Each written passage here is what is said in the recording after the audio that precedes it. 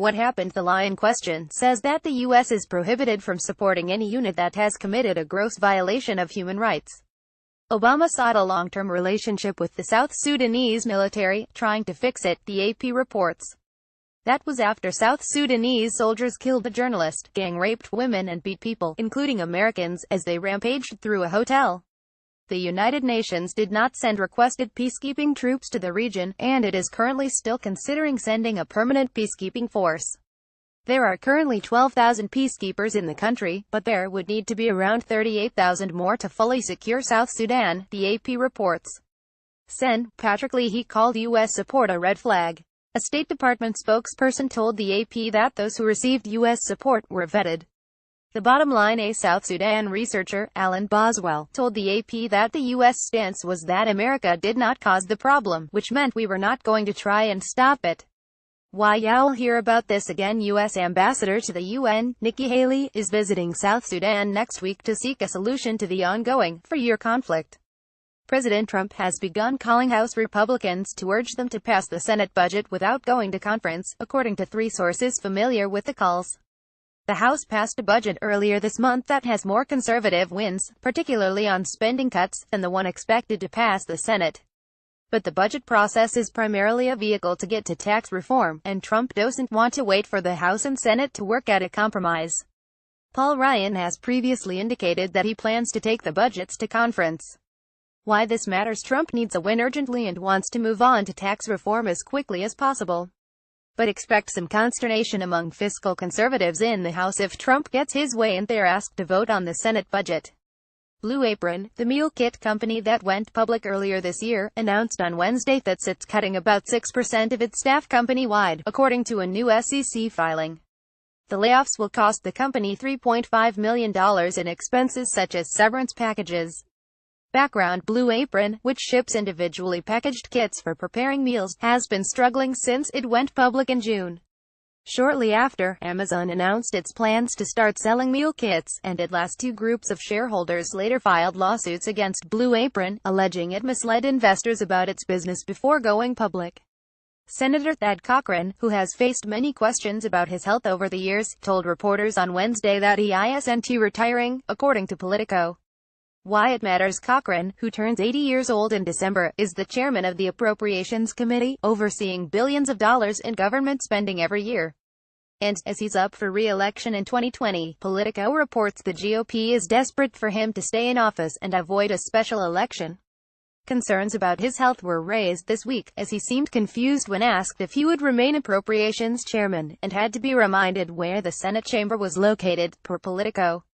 The drafted statement, via Politico: Melania and I are heartbroken at the news that 3 U.S. service members were killed in Niger on October 4 while providing guidance and assistance to Nigerian security force counter-terror operations. We offer our deepest condolences to the families and friends of these brave American soldiers and patriots. They will remain in our thoughts and prayers. We are also praying for the 2 U.S. service members who were injured in the incident. We wish them a complete and swift recovery. The heroic Americans who lost their lives yesterday did so defending our freedom and fighting violent extremism in Niger. Our administration and our entire nation are deeply grateful for their sacrifice, for their service, and for their patriotism. What's at stake? The deal by Sens. Lamar Alexander and Patty Murray would fund the insurer subsidies for 2 years, as well as the rest of this year, after Trump said he was going to cut them off. In exchange, states would get an easier waiver process so they don't have to follow all of the ACA coverage rules. What Trump has said yesterday, after meeting with the Greek Prime Minister: it is a short-term solution so that we don't have this very dangerous little period, including dangerous periods for insurance companies, by the way. For a period of 1 year, 2 years, we will have a very good solution. But we're going to have a great solution, ultimately, for healthcare. Last night, in speech to the Heritage Foundation: while I commend the bipartisan work done by Senators Alexander and Murray, and I do commend it, I continue to believe Congress must find a solution to the Obamacare mess instead of providing bailouts to insurance companies. This morning on Twitter, after Axios' event with Alexander I, I'm supportive of Lamar as a person, also of the process, but I can never support bailing out INS who have made a fortune. WO Care. This morning, before a meeting with Senate Finance Committee members: if something can happen, that's fine. But I won't do anything to enrich the insurance companies. What Sanders said this afternoon, a good step in the right direction, but it's not a full approach, and we want something that goes a little bit farther. Who's against the deal? House Speaker Paul Ryan, which would make it hard to get the bill through the House, even if it gets through the Senate. Office of Management and Budget Director Mick Mulvaney has also said the administration wouldn't support an Alexander Murray bill without big concessions. Who's for it? It's clearly in Democrats' interests to keep the ACU markets from falling apart, but there is also significant support among Senate Republicans for stabilizing the markets, Sen. John Thune told Caitlin Owens yesterday. Go deeper. Mike Allen on Trump's improvisational style. Former Google Ventures CEO Bill Maris, who currently runs a San Diego area VC firm called Section 32, offered some words of warning today during a Wall Street Journal tech conference. It wouldn't surprise me if the sun is setting on the golden age of Silicon Valley. Maris added that he also wouldn't be surprised if federal regulators try breaking up tech giants like Google or Facebook, saying that such companies are more powerful than it ever was. The details: the Amazon is currently experiencing a prolonged drought, lasting up to 4 months in some parts, which is contributing to the spread of the fires. And the dry seasons in Brazil seem to be becoming drier and more frequent, scientist Luis Aragayo told Manga Bay. As of October 5, 208,278 hotspots have been seen in the region using thermal sensing. Fire brigades lack the manpower and resources to control them. Forest degradation has transformed the Amazon from a carbon sink to a carbon source. Meanwhile, the uptick of carbon emissions around the world are contributing to bigger fires globally. The concurrent trends comprise a recipe for more megafires, scientists say. If Brazil is to have a chance at controlling the intensity of fires in the Amazon, it needs all countries, including the U.S., to successfully reduce carbon emissions, Manga Bay reports. Press Secretary Sarah Sanders said Wednesday that the Trump administration is continuing to do everything that we can to help the people of Puerto Rico, and announced that Gov. Ricardo Rossello will at the White House tomorrow.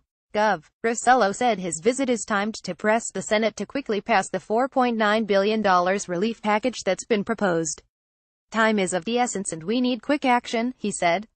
If we are not considered in equal terms to Florida, the Virgin Islands, Texas and so forth, Congress will have to deal with a worsened humanitarian crisis, massive exodus from the island, healthcare problems, and more. Celebrity chef Jose Andres launched a relief effort, Chef for Puerto Rico, through his nonprofit World Central Kitchen. Together, Andres, his team and hundreds of volunteers have served more meals on the island than the Red Cross.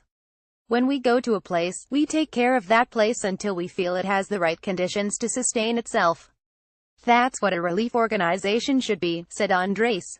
The latest on what we know from Puerto Rico, per FEMA and the PR government site Boots on the Ground, more than 20,000 federal civilian personnel and military service members, including more than 1,700 FEMA personnel, are on the ground in Puerto Rico and the U.S. Virgin Islands.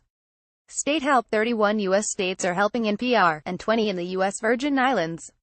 Electricity: 19% of the island has power, up from 14% Monday.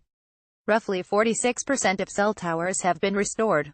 Food: approximately 90% of grocery stores are open, 410 of 456. Gas: roughly 79% of retail gas stations are operational, 873 of 1,100. Shelter: 4,702 people remain in shelters across the island, down from 5,037 Monday. 100 shelters are open and operating. Transportation: only 392 miles of Puerto Rico's 5,073 miles of roads are open. All commercial airports and federally maintained ports are open, some with restrictions. Water and waste: approximately 72% of Puerto Rico Aqueduct and Sewer Authority (PRASA) customers have potable water. 56% of wastewater treatment plants are working on generator power, the same as Friday. Medical care: 95%. 6,467 hospitals are open, down from 97% Friday. Many remain on backup power systems, and are without air conditioning, 95%. 4,648 of dialysis centers are open, the same as Friday. Bank: 65% of bank branches, 203 of 314 are open and operating. Go deeper: Puerto Rico Mayor Javier Garcia Perez delivers food and finds desperation. CNN: Puerto Rico faces a demographic disaster. Washington Post: FEMA chief blamed for the Katrina response says same problems are happening in PR time. This post is being updated with the latest information on the Puerto Rico recovery efforts.